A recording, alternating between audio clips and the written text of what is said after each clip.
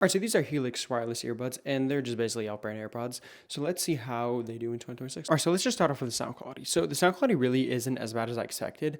I mean, it is kind of muffled, and with really bass heavy songs, you're not going to hear that bass really well, and the sound is also kind of flat, so I found trouble like trying to like differentiate between like different instruments and different genres of songs. And so the sound quality overall is okay. As I said, it's flat, there's not much bass, and it's quieter, but I mean, they are 30 bucks. With these earbuds, you're really just getting what you pay for since they're 30 bucks. The sound quality obviously isn't as good as normal AirPods, and there's not as much customizability, because with AirPods you can actually just like go into your settings and like customize like the lows and highs and all that stuff.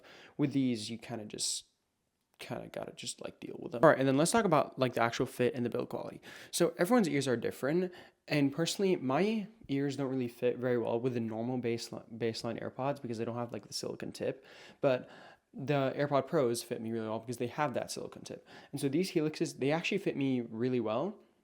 So I like that, obviously. And then the case. So the case is made of plastic. And if you saw the video I made like around a year ago where I tested $10 fake AirPod Pros 2s,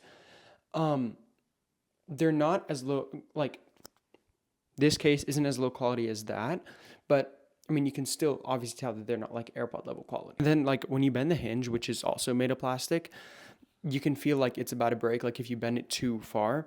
Unlike with the AirPods, obviously with the AirPods, if you bend it too far, they'll also break, but the AirPod hinge is made of metal while this is just made of plastic. But overall, though, the case does feel pretty solid. Like it is cheap, but it's also kind of solid. But it being made of plastic, though, makes it a lot easier to like scratch and like scuff up than like normal AirPods would be, just because it's plastic. It also charges USB-C, which, we like that. Now, some of the actual cons of these is that they take like a hot second to connect. So if you used to like AirPods or something where you just like put them in and they just connect within like a millisecond, you ain't getting that with these.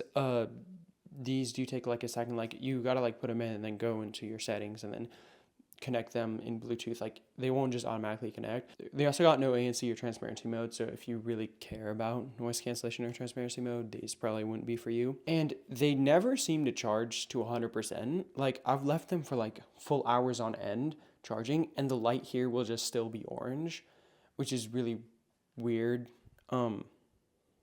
Yeah. And then the lights themselves on the earbuds, they tweak out sometimes. Like they'll turn from like orange to blue to orange to blue, which is confusing. It's again because they're 30 bucks. And so yeah, overall, these Helix off-brand AirPods are just like the definition of like you get what you pay for, because they're 30 bucks, and for that 30 bucks, you do get wireless earbuds, but you get a cheap case, sound that's kind of flat without much bass, and overall they're not awful.